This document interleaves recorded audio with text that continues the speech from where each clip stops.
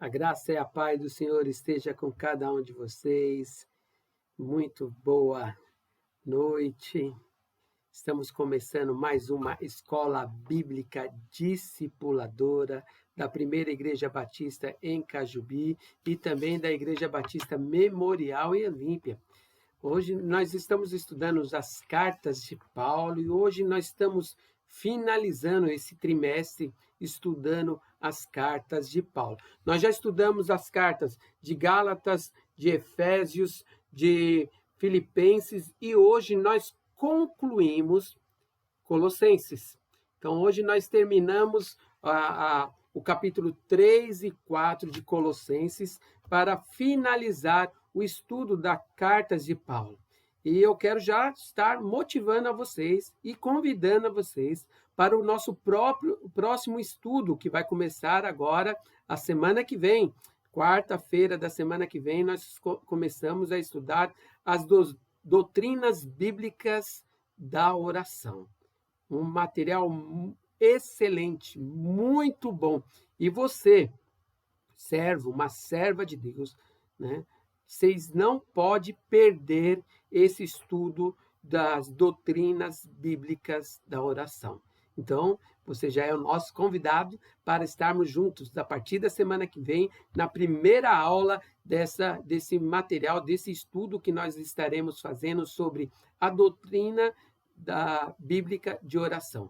Mas hoje nós estamos finalizando a última carta de Paulo aos Colossenses, o capítulo 3 e 4 desse estudo, onde vamos estudar sobre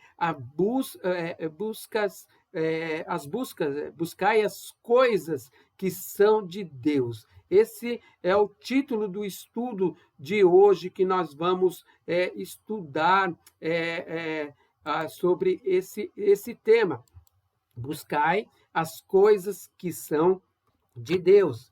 E o estudo de hoje, ele nos leva a entender e compreender algumas coisas aqui, né? Algumas coisas que nós precisamos entender e compreender. Primeiro, compreender a importância de colocar os seus pensamentos e interesses nas coisas que são de cima e não os que são da terra. Assumir um compromisso de prioridade, buscar constante em Deus. Essas são o foco principal, né? O objetivo principal do nosso estudo de hoje vai estar focalizado nesse entendimento que nós precisamos buscar as coisas que vêm de cima, que vêm do alto, que vêm de Deus, não as coisas que vêm da terra, né? E o texto principal, texto principal, está lá em Colossenses, capítulo 3, versículo 1, que diz assim: já que fosse ressuscitados com Cristo, buscai as coisas de cima, onde Cristo está assentado à direita de Deus. Colossenses, capítulo 3, versículo 1, ele dá esse foco para nós, né, referente a essa situação, né, como diz aqui o texto, né, que nós devemos buscar e analisar. E nós vamos estar analisando o capítulo 3 e 4 da carta de Paulo aos Colossenses. Nesse capítulo, o apóstolo Paulo nos apresenta o grande desafio. Ele vai nos apresentar um grande desafio, né? O desafio de colocar nosso pensamento, colocar os nossos interesses nas coisas que são de cima e não das coisas que são da terra. Após analisar essa situação, eu quero fazer um breve narrativa desse estudo, que diz assim: buscar as coisas de Deus é inerente naquele que já tem experimentado uma nova vida. O apóstolo Paulo diz isso acerca daqueles que já ressuscitaram com Cristo. E implica decisão. O crente precisa ter um novo foco em sua vida. Antes, o foco era seu próprio reino. Agora, é o reino do Senhor. Vivemos, portanto, num ambiente de conflitos. Estamos aqui, mas não somos daqui. Temos olhos para vivermos circunstancialmente aquilo, mas, ao mesmo tempo, somos conclamados a levar os nossos olhos e buscar a transcendente, as coisas que são de cima, que vêm de Deus, que vêm de lá do alto. Colocar os nossos pensamentos e interesses nas coisas que são de cima e não das coisas que são da terra. E eis é o grande desafio que nós temos no nosso dia a dia. Olhar para as coisas que vêm de Deus, não as coisas que vêm do homem, da terra. E para nós aprendermos a primeira lição, o primeiro estudo, ele diz assim: buscar as coisas de Deus por meio da santidade. Colossenses, capítulo 3, versículo 5, diz assim: portanto, eliminai vós as inclinações carnais, prostituições, impureza, paixão, desejo mau, avareza, que é idolatria. Tem gente que pensa que santidade está ultrapassada, que não existe mais santidade. E até alguns ainda não falam mais sobre santidade. Não se ensina e nem se prega sobre esse assunto. Para muitos, é um assunto que não tem tanta importância. Mas Paulo é claro e enfático quando ao dever do crente de buscar uma vida digna. A nossa vida em Cristo, escondida nele. Portanto, a santidade sempre será atual e necessária. Sempre precisa estar presente na minha vida e na sua vida. Estar escondido em Cristo significa que estamos protegidos, estamos blindados, seguros, e que o pecado não deve fazer parte da nossa vida como algo habitual. Esta vida em Cristo é grande motivação para o extermínio do pecado em busca da santidade. Passamos a viver numa luta, numa guerra que já sabemos qual será o seu fim. A vitória em Cristo. A vitória certa é com Cristo. Vivemos nessa esperança, aguardando a sua manifestação final. Esta luta é honrarmos ao Senhor que nos salvou. Honrar a Deus que deu o seu único Filho, Jesus Cristo, para morrer pelos nossos pecados.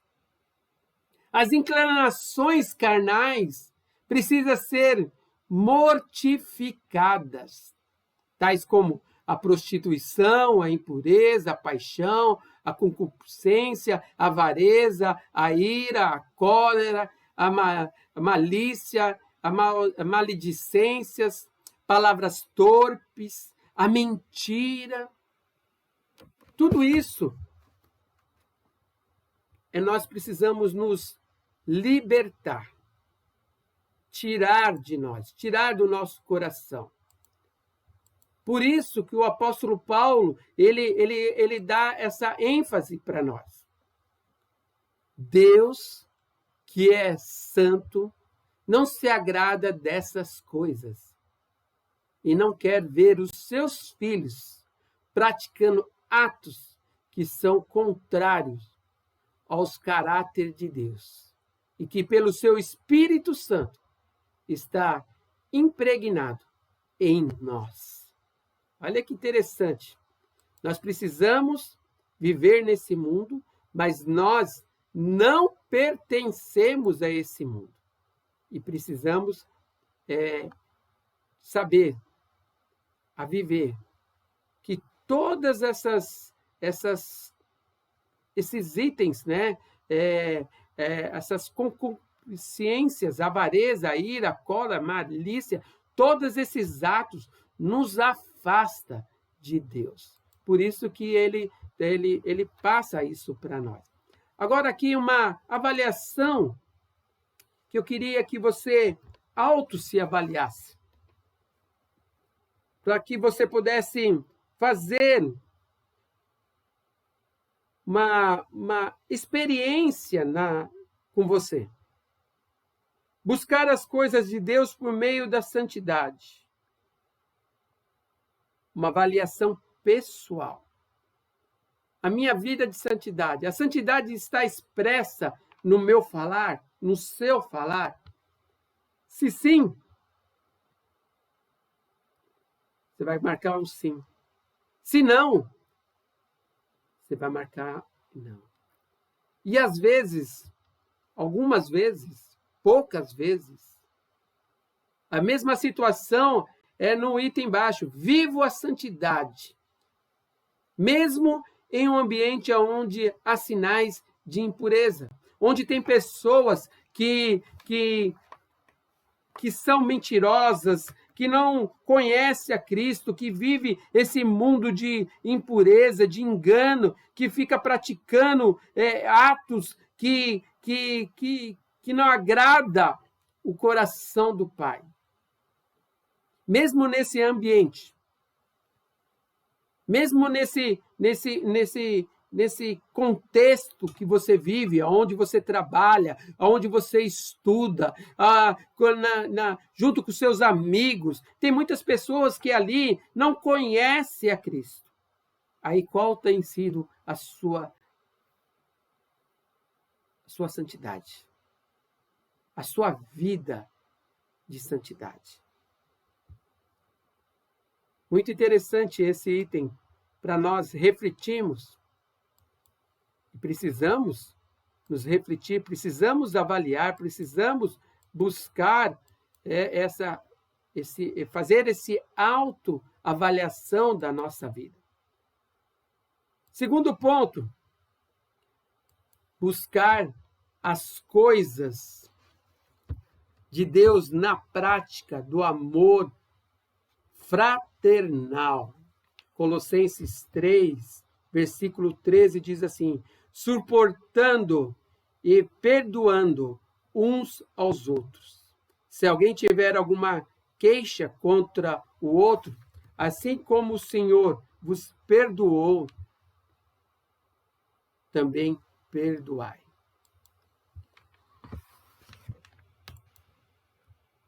Viver com o Senhor, caminhar com Cristo, significa também caminhar com pessoas pelas quais Jesus já deu a sua vida, sua própria vida por elas.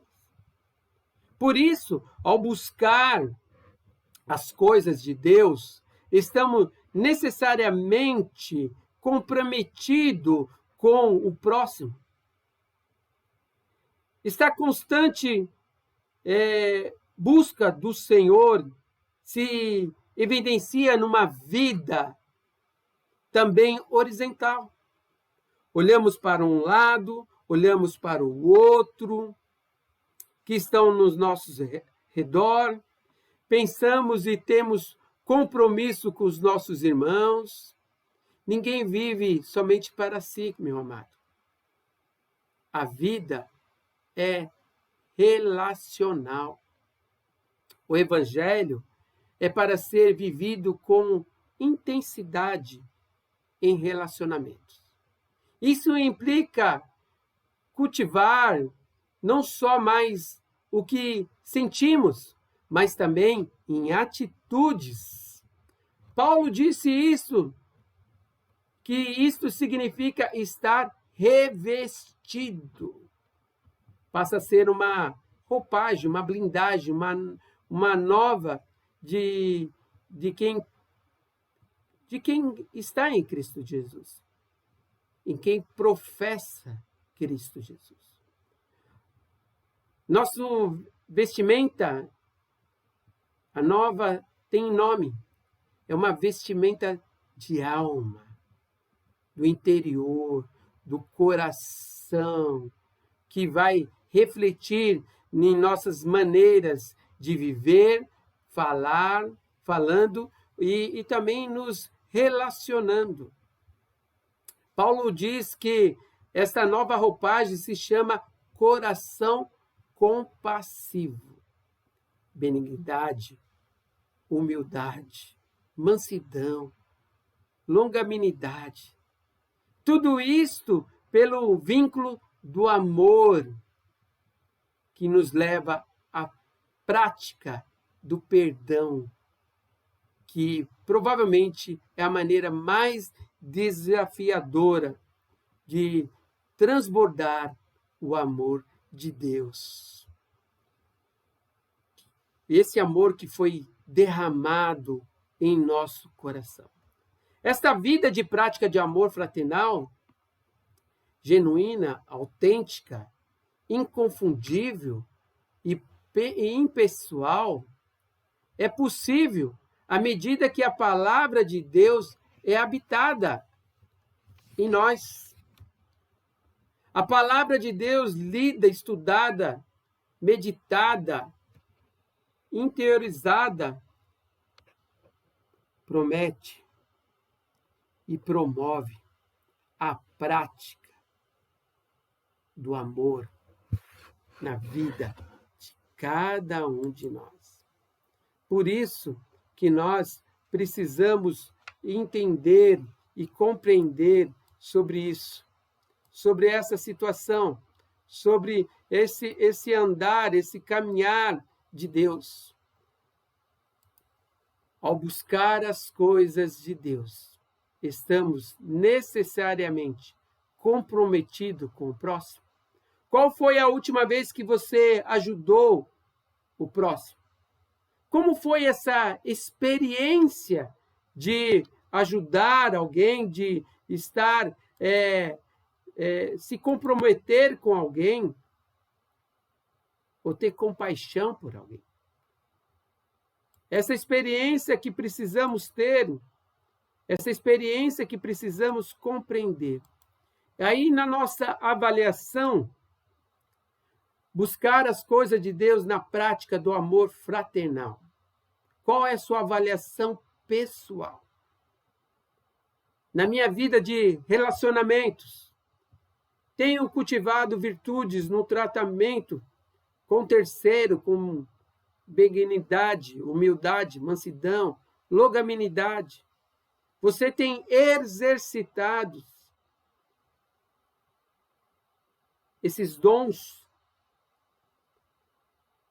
com pessoas que estão ao seu redor, que convivem com você. Segundo ponto, tenho tido paciência com os outros. Querido, é difícil ter paciência. E mais difícil ainda, eu tenho perdoado. Aí você vai colocar na sua avaliação pessoal se sim ou não, ou às vezes. Eu queria que você fosse sincero na sua resposta, para que você possa ter uma avaliação digna das coisas da qual Deus está falando com você, está agindo na sua vida.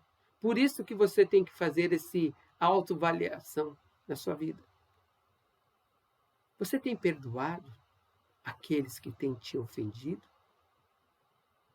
Você tem ministrado perdão na sua vida? sei que é difícil, mas a palavra de Deus diz que nós não somos desse mundo. Nós fazemos parte do povo lavado, remido pelo sangue do Cordeiro. Nós somos, vamos falar assim, pessoas especiais, que sabemos que nós precisamos perdoar para ser perdoado. Jesus nos perdoou de todo o pecado. E Ele continua nos perdoando de todo o pecado.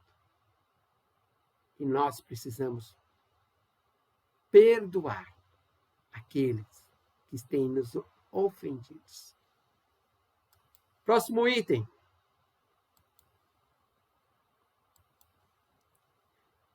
Buscar as coisas de Deus como as habitação abundante da palavra de Deus em nós. Colossenses, capítulo 3, versículo 16, diz assim: a palavra de Cristo habita ricamente em nós. Em toda a sabedoria, ensinai e aconselhai uns aos outros, com salmos, hinos e cânticos espirituais, louvando a Deus com gratidão no coração. Olha que interessante. Precisamos ministrar. Habitar é muito mais do que estar temporariamente. Perdão. Por algum tempo, habitar é algo definido ou definitivo. E assim que Paulo fala a palavra em nós, a palavra é para ser acolhido integralmente, não em parte, mas em total, de maneira rica. Ela precisa estar em nós. A palavra não é para ser manipulada conforme interesse, convivência ou circunstância. Ela é definitiva, completa, é abundante, ou seja, suficiente. Esta palavra, desta maneira, é que irá ditar nossa vida e os nossos relacionamentos. Sem a bendita palavra, fica impossível viver a prática da instrução mútua com sabedoria. Quando a palavra de Deus habita em nós, habita no meu coração, no seu coração, toda repreensão, ensino, correção passa a ser uma letra de canção de vida. Paulo consegue enxergar e assim transmite a ideia, né, de que é capaz, e a palavra produz. Passa os ajustes de a fé a ser musicalizada, instruída pela palavra que habita no cristão, no crente. Talvez esteja faltando hoje o tom da palavra, a música da palavra, a composição da palavra, para produzir a obra que seja no nome e para o nome de Cristo Jesus. Precisamos entender isso. E aí nós vimos que a palavra é para ser acolhida integralmente, não em parte. A palavra não é para ser manipulada conforme interesses e conveniência e circunstancialmente. Não é para ter algo próprio. E aí nós podemos fazer uma autoavaliação na nossa vida. Buscar as coisas de Deus com habitação abundante da palavra de Deus em nós. Na minha vida devocional, eu leio a Bíblia diariamente. Aí vem a sua avaliação pessoal. Sim, não, às vezes. Aproveito as férias e feriado para ler mais a palavra de Deus?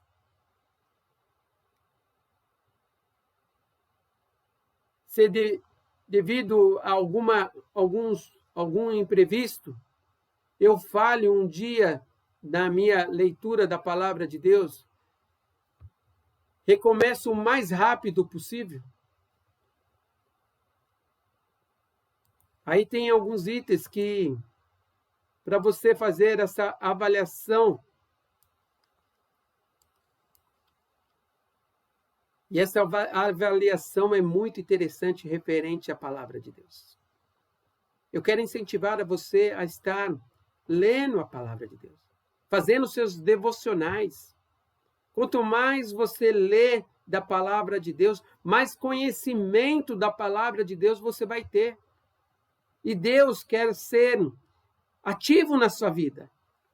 Ele quer que você busque, que você medite, que você conheça Ele verdadeiramente. Por isso que nós estamos estudando as cartas de Paulo. E Paulo lhe dá essa instrução para nós meditarmos na palavra de Deus, ter conhecimento na palavra de Deus. Por isso que nós precisamos fazer isso. Outro item. Buscar as coisas de Deus como um compromisso e oração.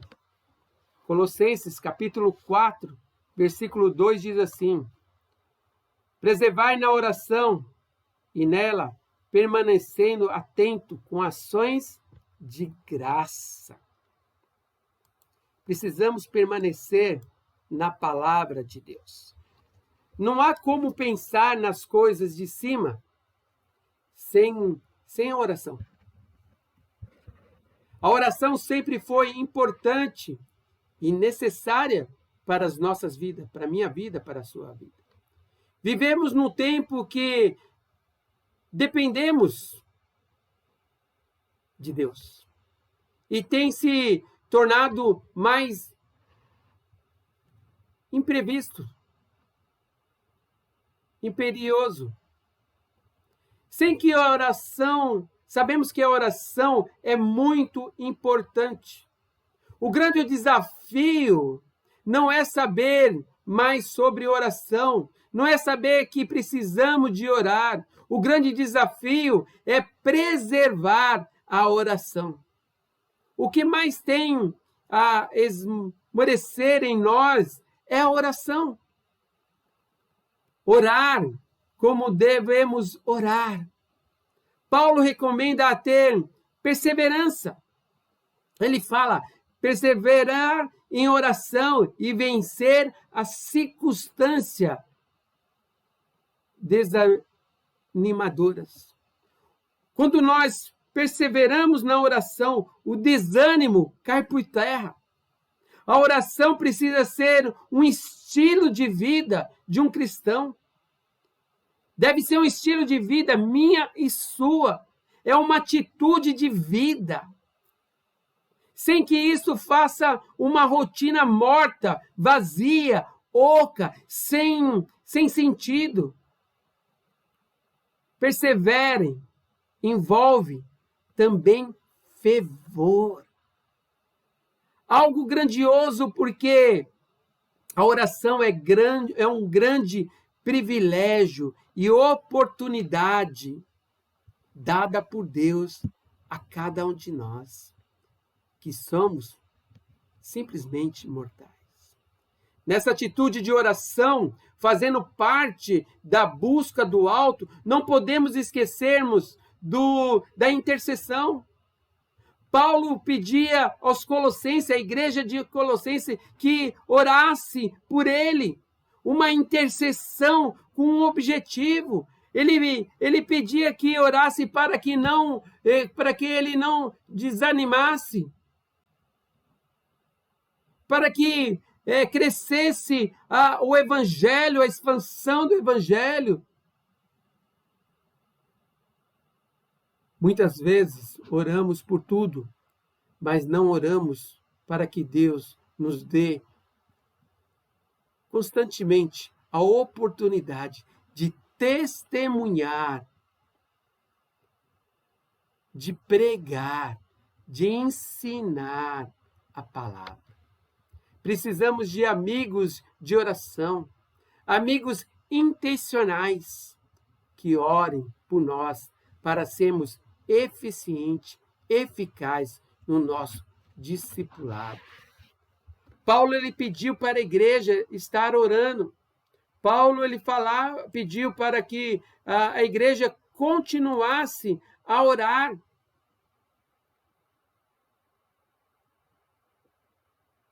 Precisamos continuar orando.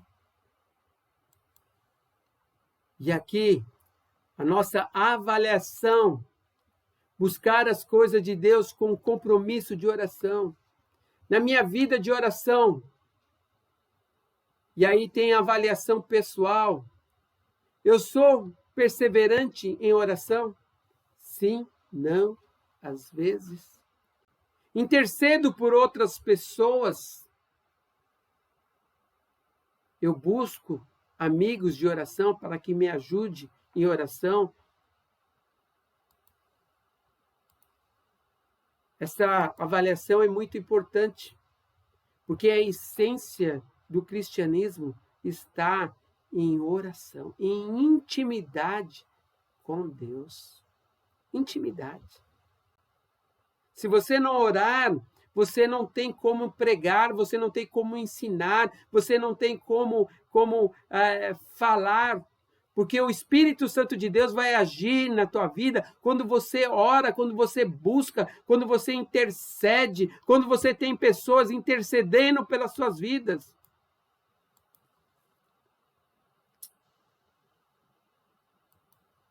Próximo.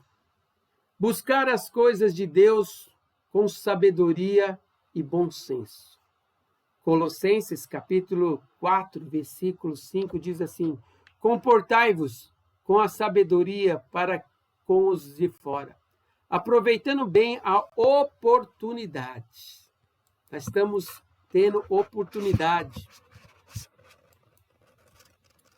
O mundo está precisando muito de sabedoria e bom senso. Vivemos num mundo em função do avanço da tecnologia. Na área da comunicação, com muitas informações. Hoje nós temos internet, WhatsApp, Wi-Fi, muita tecnologia, mas pouco conhecimento e menos ainda, sem sabedoria. A ideia que se tem é que a pluralidade monstruosa de informação veio para derrubar a sabedoria. A sabedoria requer reflexão, ponderação. A sabedoria é dada por Deus, aquele que pede e coloca em prática a meditação nas diretrizes já revelada pelo Senhor. Saber ouvir, saber falar e entender as oportunidades para cada momento, para cada tempo, para cada situação. A sabedoria agrega pessoas, gente, promove relacionamento, seleciona e prepara líderes. A sabedoria é um bom senso que conquista pessoas para o bem comum. Paulo menciona os seus muitos cooperadores e colaboradores, tais como vários homens ali que estavam presos, ou até alguns que foram visitar, e ele fala que são fiel ministro e servo do Senhor, Onésio, fiel e amado irmão. Aristarco foi o seu companheiro de prisão. Marcos, que se tornou útil em seu ministério. Justo, o meu cooperador, diz o apóstolo. Epáfras, servo de Jesus e zeloso pelos crentes. Lucas, o médico que acompanhava Paulo em suas viagens. Nilfas, que tinha uma igreja em sua casa. Recomenda para que cuide do ministério que recebeu. Sabedoria e bom senso une e agrega todas as pessoas. E é isso que acontece. E é isso que nós precisamos entender. Duas coisas. Estabelecer a diferença entre sabedoria e bom senso. E aí, na nossa avaliação, buscar as coisas de Deus com sabedoria e bom senso. A nossa avaliação pessoal, o exercício da sabedoria em minha vida. Eu tenho sabedoria para ouvir? Olha que interessante. Eu tenho sabedoria para falar? Eu tenho sabedoria para entender as oportunidades para cada momento, a cada tempo, a cada situação. Eu uso dessa sabedoria para conquistar pessoas para a obra de Deus e para o bem comum? Como eu tenho feito? Qual tem sido a minha avaliação sobre a sabedoria e o bom senso? Como eu tenho agido nessa maneira de como falar, como ouvir, como entender? Esse é o nosso dia a dia, meu querido, minha querida. Nós precisamos aprender a ouvir, a falar, a entender, a ter a oportunidade para cada tempo, para cada situação. Eu preciso de sabedoria para conquistar pessoas para a obra de Deus. E aí, concluindo,